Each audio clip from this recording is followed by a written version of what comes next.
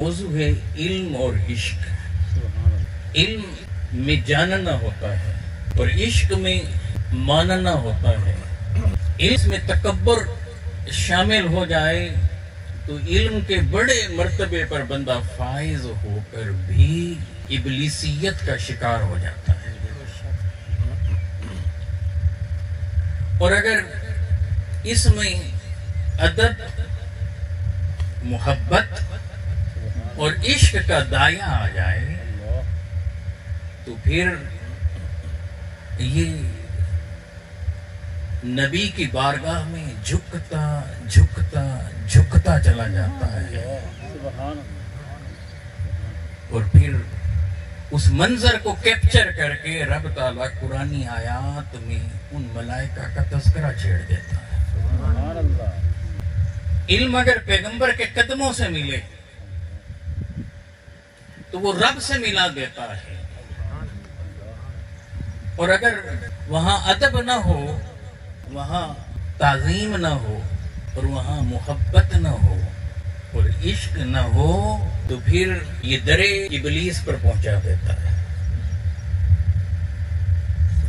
اس لیے قرآن مجید کے نزول کے حوالے سے جب آپ قرآن کا مطالعہ کرتے ہیں تو قرآن مجید کا آغاز جن الوہی کلمات کے ساتھ ہو رہا ہے، سورہ العلق کی آیات اتر رہی ہیں، تو وہ تو پہلا لفظ ہی یہ ہے کہ اقرا، پڑھیے۔ یہ لفظ دے کر امت مسلمہ کو آقا علیہ السلام کے توسل سے، آقا علیہ السلام کے توسط سے علم کا راستہ دکھایا جا رہا ہے۔ اے امت محمدیہ، اگر تم چاہتے ہو کہ کامیابیوں کو سمیٹ لو تو پھر اس کے لیے جو بنیادی دروازہ ہے وہ علم کا دروازہ ہے۔ سبحان اللہ، سبحان اللہ، ماشاءاللہ۔ مگر علم کون سا؟ علم وہ جو بارگاہ نبوت سے ملے، وہاں ان کے قدموں سے لیں اور پھر رب تعالیٰ تک پہنچا دیں۔ سبحان اللہ۔ اگر علم محض دنیا دے رہا ہے تو یہ علم ہے ہی نہیں، یہ فن ہے۔ اور اگر علم ادب اور محبت دے کر، احترام دے کر عشق کی طرف لاتا ہے اور پیغمبر کی بارگاہ میں آپ کو لے چلتا ہے اور وہاں سے فیض حاصل کر کے بندہ رب سے مل جاتا ہے تو پھر یہ علم نافع ہے۔ سبحان اللہ، بے شک، علم کے بغیر اسلام کا کوئی تعارف نہیں، بے شک، بے شک۔ ہیومینٹی کے بغیر اسلام کا کوئی تعارف نہیں، انسانیت کے بغیر اسلام کا کوئی تعارف نہیں، خدمت انسانیت کے بغیر اسلام کا کوئی تعارف ہی نہیں۔ مگر ان ساری چیزوں سے ہٹ کر کہ بندے میں جب تک عشق نہ ہو، جب تک عشق نہ ہو تو پھر باقی ساری چیزیں دھری کی دھری رہ جاتی ہیں۔ اس لیے جو نزولی اعتبار سے جو آیات جب ان کی ہم ابتدائی حصے کا مطالعہ کرتے ہیں تو وہاں دیکھیں علم کی بات ہے، انسان کی بات ہے، اور باقی ساری چیزوں کا وہاں تذکرہ ملے گا۔ کریشن آف مین کی وہاں بات ہو رہی ہے، انسانی تخلیق کی بات ہو رہی ہے، اور اس کے اندر سے ماڈرن سائنس کی بات ہو رہی ہے، اور اس میں انتہائی گہرائی کے ساتھ چیزوں کو بیان کیا جا رہا ہے۔ چند لائنز، مگر جب ادھر سے قرآن کا ترتیب توقیفی کے اعتبار سے مطالعہ کرتے ہیں تو ابتدائی جو آیات ہیں وہ عشق کی طرف کھینچ کر لے جا رہی ہیں۔ مولا روم بیٹھے ہوئے ہیں، اسٹوڈنٹ سامنے بیٹھے ہیں، طلبہ بیٹھے ہوئے ہیں، نشست ہے اور انہیں پڑھا رہے ہیں۔ اس دور میں کتابوں کو ہاتھوں سے لکھا جاتا تھا، کتابوں کے انبار لگے ہوئے پڑے ہیں۔ شمع تبریز رحمہ اللہ تعالیٰ علیہ وہ سامنے کھڑے ہیں۔ اب ذرا دیکھیں علم کی مسند پر کون بیٹھا ہے اور ادھر عشق کی مسند والے سامنے آئے کھڑے۔ اللہ اللہ اللہ، کیا بات۔ آج کی نشست میں کیونکہ علم تک بات کو نہیں محدود رکھنا، علم سے ذرا آگے لے جانا چاہتا ہوں، ماشاءاللہ، ذرا آگے۔ تو سامنے آ کر کھڑے ہیں اور انہیں دیکھ رہے ہیں، تک رہے ہیں کہ کتابوں میں گم ہیں، انہیں پڑھائے جا رہے ہیں۔ وہ پوچھتے ہیں ان سے، یہ کیا چیز ہے؟ تو مولا روم ایک نگاہ اٹھا کر دیکھتے ہیں، کہنے لگے کہ یہ وہ چیز ہے جسے تو نہیں جانتا، تو نہیں جانتا، یہ وہ چیز ہے جسے تو نہیں جانتا۔ شمس تبریز آگے بڑھتے ہیں، وہ جو تالاب کے کنارے پر کتابیں رکھی تھیں، ان کتابوں کو ایک دھکا دیتے ہیں، ساری کتابیں تالاب میں گر جاتی ہیں۔ مولا روم کھڑے ہو جاتے ہیں اور کہتے ہیں کہ یہ کیا کر دیا ہے، میری زندگی کی جمع پونجی یہی تھی، میرا علم ان میں مقید تھا، میری یادداشتیں ان میں تھی، جو کچھ میں نے سمیٹا تھا، جمع کیا تھا، یہاں لکھ رکھا تھا، اور آپ نے میری زندگی کی ساری کمائی پانی کی نظر کر دی، پانی کی نظر کر دی۔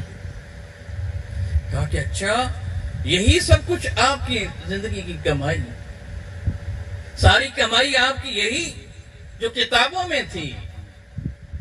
آگے بڑے، تالاب میں ایسے ہاتھ ڈالا تو کتابوں کو نکال کر ایسے باہر کیا اور کتاب پر ہاتھ مار کے اسے جھاڑنے لگے تو ان کتابوں پر پڑی وہ جو گرد تھی وہ اٹھنے لگی۔ اور وہ کتابیں نکال کر مولا روم کے سامنے رکھ دی۔ اب مولا روم پوچھ رہے ہیں یہ چیز یہ کیا ہے، تو فرمایا یہ وہ ہے جسے تو نہیں جانتا۔ اللہ اکبر، واہ واہ، سبحان اللہ، سبحان اللہ۔ جسے تو نہیں جانتا۔ تو کچھ چیزیں وہ ہیں کہ جو علم والوں کی نظر نہیں کی جاتی۔ تو اب یہاں دیکھیں قرآن مجید کی سب سے طویل ترین سورہ کا آغاز ہو رہا ہے، اور آغاز ایسے کلمات سے ہو رہا ہے جہاں علم کی رسائی نہیں ہے۔ الف لام میم، حروف مقطعات۔ اب وقت نہیں کہ اس پر کوئی گفتگو کی جا سکے، اس میں سے بس ایک نقطہ ذہن میں اس وقت یہ رکھ لیں کہ یہ وہ کلمات ہیں کہ جو اللہ اور اللہ کے محبوب کے درمیان کوڈ ورڈز ہیں۔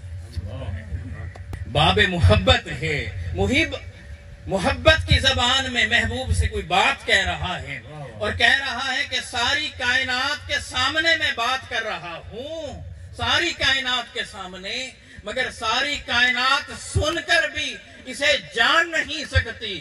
یا محب جانتا ہے اس میں کیا ہے، یا محبوب کو معلوم ہے کہ سبحان اللہ، نعرہ تکبیر، نعرہ رسالت، سبحان اللہ۔ جو لے کر آ رہا ہے جبریل۔ علامہ شبلی نعمانی یہ لکھ بیٹھے کہ کسی نے استاد شاگرد کو دیکھنا ہو تو یوں دیکھے کہ جبریل استاد ہے اور سامنے مصطفیٰ ان کے۔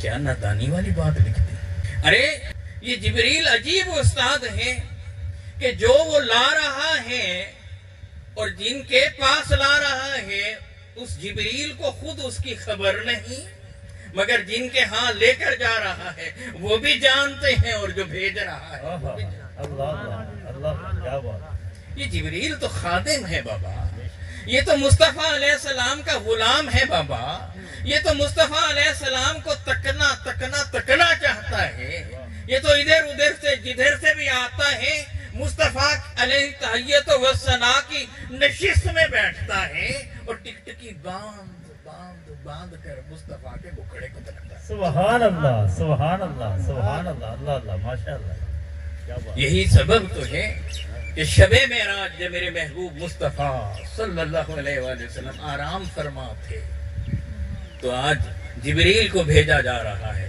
جاؤ نا میرے محبوب مصطفیٰ صلی اللہ علیہ وآلہ وسلم کے قدموں کو چومو۔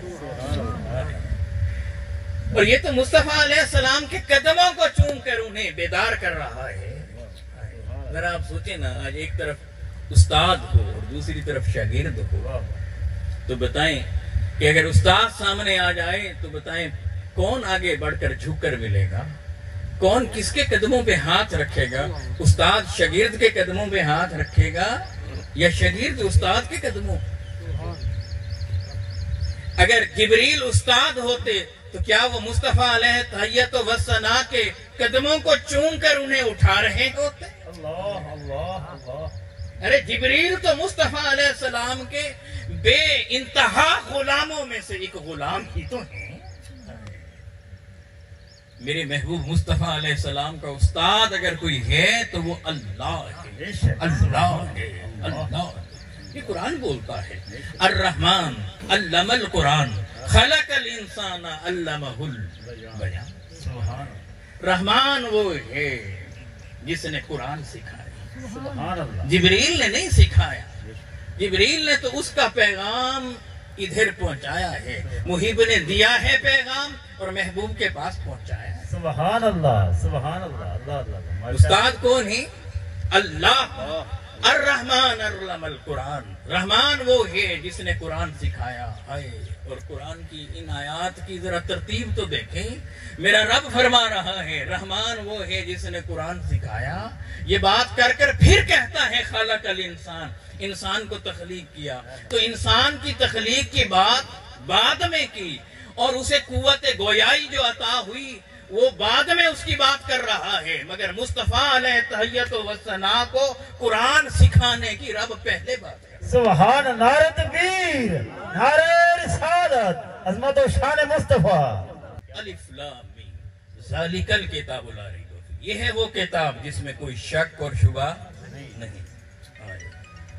کیا کمال ہوتا ہے، ذالک الکتاب لا ریب فیہ، یہ ہے وہ کتاب جس میں کوئی شک اور شبہ، یہ ہے وہ کتاب جس میں کوئی شک اور شبہ نہیں۔ اچھا دیکھیں، کتاب سے علم ملتا ہے، یہ بات پیچھے علم سے جڑی ہوئی ہے، مگر آگے اس پر غور کریں تو یہ عشق سے جڑی ہوئی ہے، آگے یہ بات عشق سے جڑی ہوئی ہے، بات علم کی ہو رہی ہے، اور علم کے درمیان عشق۔ کیا ایسے جیسے گلاب میں خوشبو ہوتی ہے نا، ایسے بات اللہ کتاب کی چھیڑ رہا ہے، اور اس میں پھر بات عشق کی ہو۔ اب یہاں میں ایک سوال آپ سے کرنا چاہتا ہوں، یہ جو آیت ہے ذالک الکتاب لا ریب فیہ، یہ ہے وہ کتاب جس میں کوئی شک اور شبہ نہیں ہے۔ اب یہ کہاں یہ جملہ لکھا ہوا ہے، یہ لائن کہاں لکھی ہوئی ہے؟ یہ لائن قرآن کے آغاز میں لکھی ہوئی ہے۔ یہ بات کہاں درج ہے؟ قرآن کے آخری پارے میں یا قرآن کے آخری صفحے پہ یا قرآن کی آخری سورت میں، کہ یہ ہے وہ کتاب جس میں کوئی شک اور شبہ نہیں۔ اگر تو یہ آخری صفحے پہ ہوتی تو پھر تو بات سمجھ میں آتی کہ پورا قرآن بندہ پڑھ کے آیا ہوا ہوتا، پورا قرآن سٹڈی کر کے آ رہا ہوتا، پورا قرآن پڑھ کے آ رہا ہے، اب اس کے بعد اللہ سبحانہ و تعالیٰ یہ کہتے کہ ہاں یہ ہے وہ کتاب، اس میں کوئی شک اور شبہ ہی نہیں، تو بات سمجھ میں آتی۔ مگر یہ کیا ہوا کہ کتاب مبین کو کھولا تو یہ پہلے ہی صفحات، یہ دوسرے صفحے پہ یہ پہلے بیان کیا جا رہا ہے کہ یہ ہے وہ کتاب جس میں کوئی شک اور شبہ نہیں۔ مولا ابھی اس کتاب کو پڑھنے تو دے، اس کتاب کو پڑھنے تو دے، اس کتاب کو بھی سمجھنے تو دے، اس کے پیغام کو ہم تک پہنچنے تو دے، پھر معلوم ہو کہ اس میں شک ہے یا نہیں۔ کیا بات ہے، اللہ، اسی میں تو سارا عشق چھپا تھا، اسی میں سارا ایمان چھپا تھا۔ جواب ملا، دیکھو کتاب بعد میں پڑھتے رہنا، پہلے یہ تو مانو کہ محب بھیج رہا ہے اور محبوب کی طرف بھیج رہا ہے، اور محبوب جو محبوب کو بھیج رہا ہے وہی تو ہے جس میں کوئی شک اور شبہ نہیں۔ اس کے علاوہ جو کچھ بھی ہے ہر ایک میں شک ہو سکتا ہے، مگر محب اور محبوب کے درمیان جو بات چل رہی ہے، جو جملے وہاں پر مچل رہے ہیں، یہی تو ہیں جن میں کوئی شک اور شبہ نہیں۔ نعرہ تکبیر، نعرہ رسالت، نعرہ خلافت، نعرہ حیدری، عظمت و شان مصطفیٰ۔ سبحان اللہ، کیا کمال، کیا بات، اور کہا کہ پہلے دل کے برتن کو صاف تو کر لو، کیا بات، اگر تم چاہتے ہو کہ آگے تمہیں ایمان کا نور ملے، عشق کی کیفیات میسر آئیں، تمہیں ہدایت اور تقوی ملے، تو اگر تم یہ چاہتے ہو تو پہلے دل کے برتن کو تو صاف کر لو۔ جیسے ایک دودھ دینے والا آئے نا، تو وہ دودھ دے کسی کے ہاں، تو 2-3 گھروں میں 4 گھروں میں چک میں آ کر وہ دودھ دے جائے، تو بعد میں پتا چلے جی ایک گھر سے یہ جواب ملے کہ ہمارا دودھ خراب ہو گیا ہے، دودھ پھٹ گیا ہے، مگر باقی سب کے ہاں دودھ ٹھیک تھا، تو اب اس کا کیا مطلب ہے؟ وہ جو دودھ دینے آیا تھا،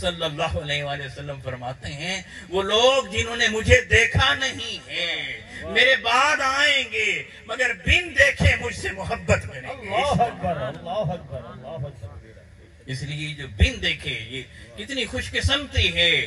آج رخ مصطفیٰ سامنے نہیں, مکھڑائے ودہا سامنے نہیں, مگر ایمان کی کیفیات یہ ہیں کہ بندہ مومن مصطفیٰ پر اپنی جانوں کو نچھاور کرنا چاہتا ہے. سبحان اللہ اللہ اللہ کیا بات. بن دیکھے رب کو مانا, بن دیکھے مصطفیٰ علیہ السلام کے کہنے پر رب کو مانا, اور ہم نے تو مصطفیٰ علیہ السلام کو بھی نہیں دیکھا. ان کا حسین تذکرہ سنا, جمیل تذکرہ سنا, ہم تک آقا کی باتیں پہنچیں اور دل مچل مچل مچل گیا.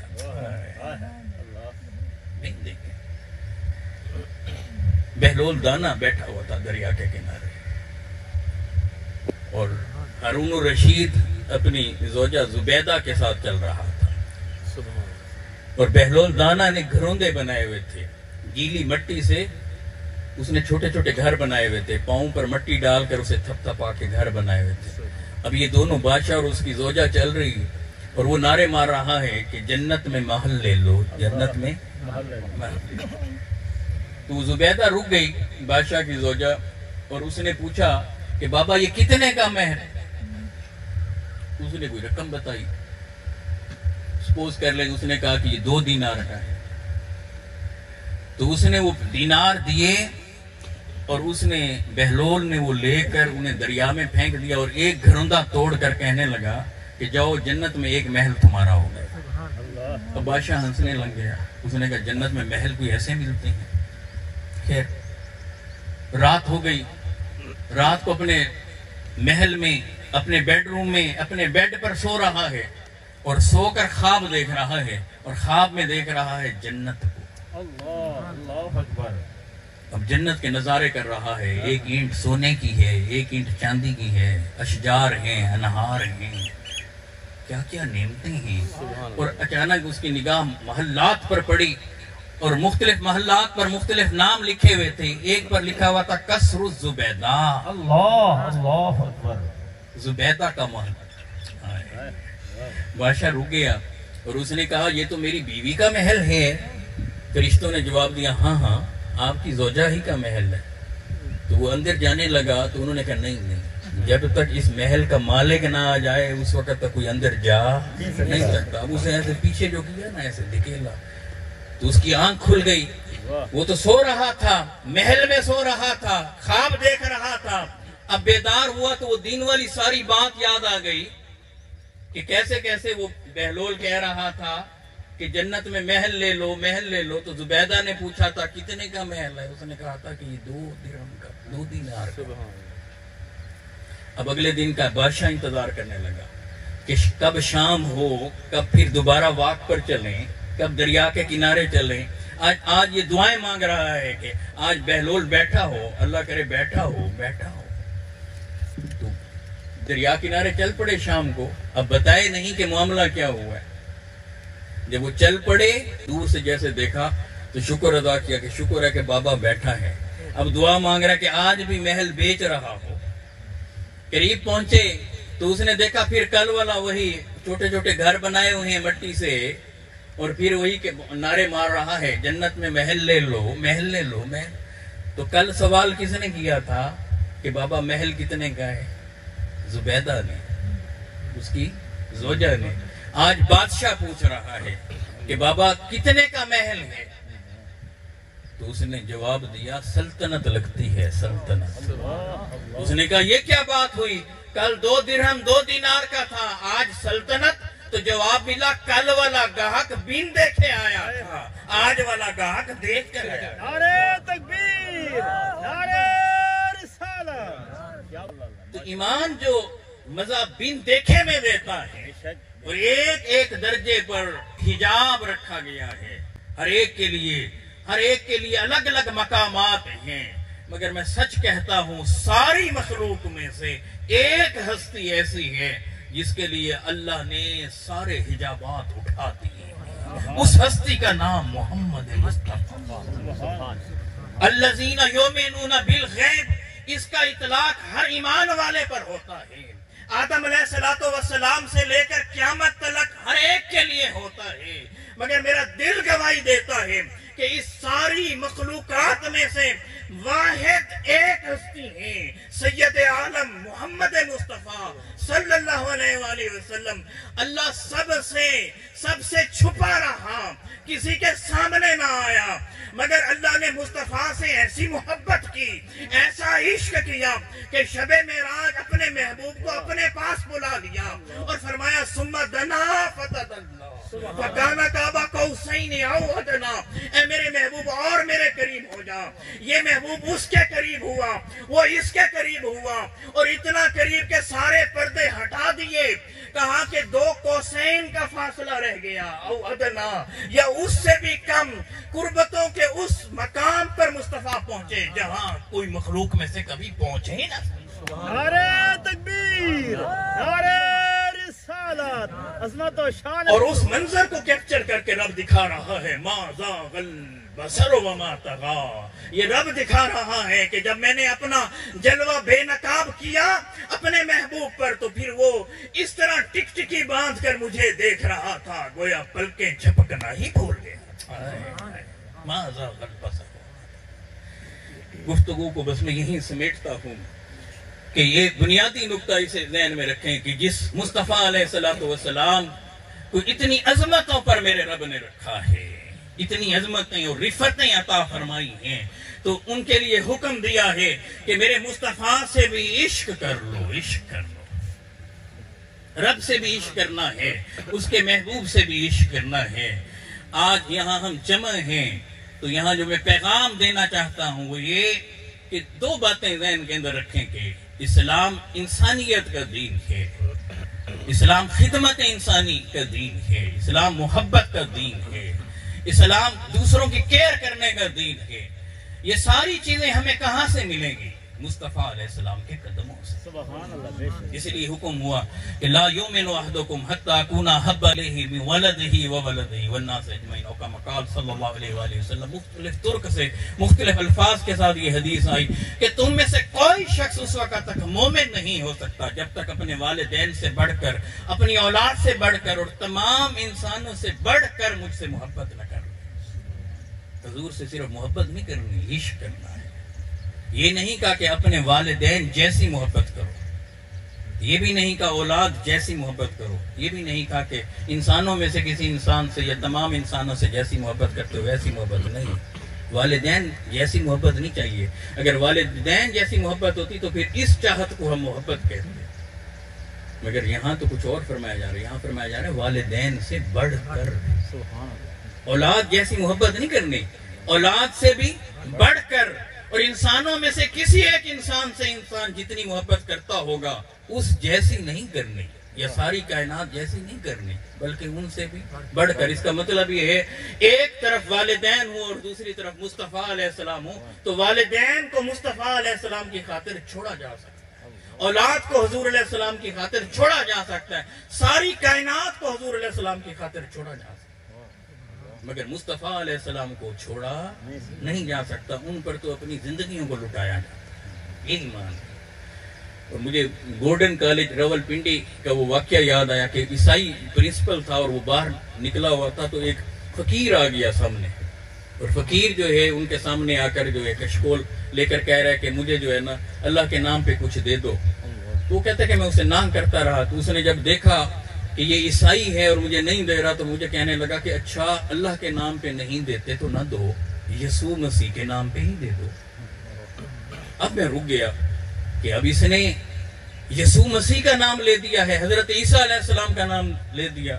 تو میں نے اس سے پوچھا کہ یہ جو تم نے کشکول پہلے بھرا ہوا ہے، اگر میں کہوں کہ تم اپنے پیغمبر کے نام پر یہ سارے نوٹ مجھے دے دو تو پھر کیا کرو گے؟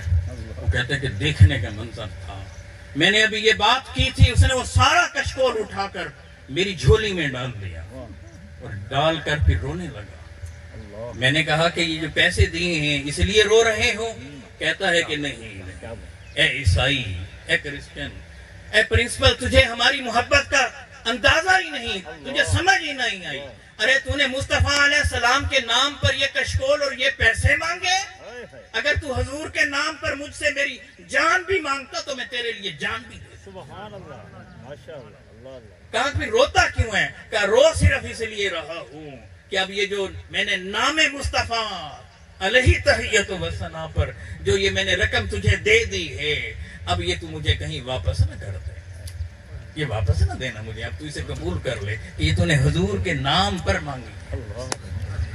وہ کہتا ہے کہ مجھے عشق کی سمجھ آئی تو وہاں سے آئی.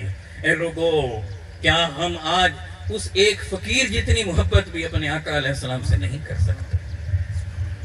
اگر آج ہمیں حضور علیہ السلام سے سچی محبت ہے تو مجھے صرف ایک بات جو میں اپنے آپ سے کرنا چاہتا ہوں کہ قیامت کے دن جب مصطفیٰ علیہ السلام سے ہمارا سامنا ہوگا، جن کی شفاعت ہم نے لینی ہے، جب رب تعالیٰ کو فیس کریں گے، اللہ کا سامنا جب ہوگا تو یقیناً حضور علیہ السلام کی شفاعت ہر ایک ایمان والے کو ملے گی. مگر صرف یہ دیکھیں کہ جب میں سامنے جاؤں گا تو میرے رب نے اگر میرے محبوب سے یہ پوچھا کہ یہ کون ہے، اگر حضور علیہ السلام نے قبول کر کے یہ کہہ دیا امتی امتی امتی، یہ میرا امتی ہے، میرا غلام ہے، میرا غلام ہے، اور رب تعالیٰ نے میری فائل لے لی اور فائل کو کھول کر دیکھا تو اس پر لکھا تھا یہ دنیا میں جھوٹ بولتا تھا، چغلی کرتا تھا، سود کھاتا تھا، لوگوں کی زمینوں پر قبضے کرتا تھا، بہنوں کے حق کھاتا تھا. ذرا آپ سوچیں، اس گھڑی یہ سارا کچھ ہوگا، سچ بتائیں کیا اس وقت میرے حضور شرمندہ ہوں گے یا خوش ہوں گے؟ اگر تو آقا خوش ہوں گے تو پھر تو ٹھیک ہے، اگر حضور علیہ السلام وہاں ہمارے اعمال کو دیکھ کر شرمندہ ہوں گے تو کیا وقت آ نہیں گیا کہ آج ہم حضور علیہ السلام کی خاطر ان ساری برائیوں کو چھوڑ دیں؟ یہاں اٹھنے سے پہلے اپنے آپ سے وعدہ کریں صرف حضور علیہ السلام کی خاطر ان برائیوں کو چھوڑ دیں، تاکہ جب آقا علیہ السلام کا سامنا ہمارا وہاں قیامت کے دن ہو تو آقا ہماری وجہ سے تو شرمندہ نہ ہو. اپنے بچوں میں سے ایک بچے کو حضور علیہ السلام کے نام پر وقف کر دیں، اسے قرآن مجید حفظ کرائیں، ٹرانسلیشن اسے پڑھائیں، اور اسے دین کا کم از کم اتنا علم دیں کہ حلال حرام کی پہچان ہو سکے اور وہ ایک اچھا انسان اور مصطفیٰ علیہ السلام کا غلام بن سکے. آپ اسے بی ایس کرائیں، آپ ایم ایس کرائیں، آپ اسے ڈاکٹر انجینئر بنوائیں، پی ایچ ڈی کروائیں، آپ اچھا بزنس مین بنوائیں، آپ اچھا ذمہ دار بنوائیں، اچھا جج جرنیل، آپ اسے سی ایم پی ایم دنیا کے بڑے سے بڑے عہدے پر اسے فائز کریں، ضرور فائز کریں، مگر اس سے پہلے اسے اچھا انسان اور مصطفیٰ علیہ السلام کا غلام بنائیں.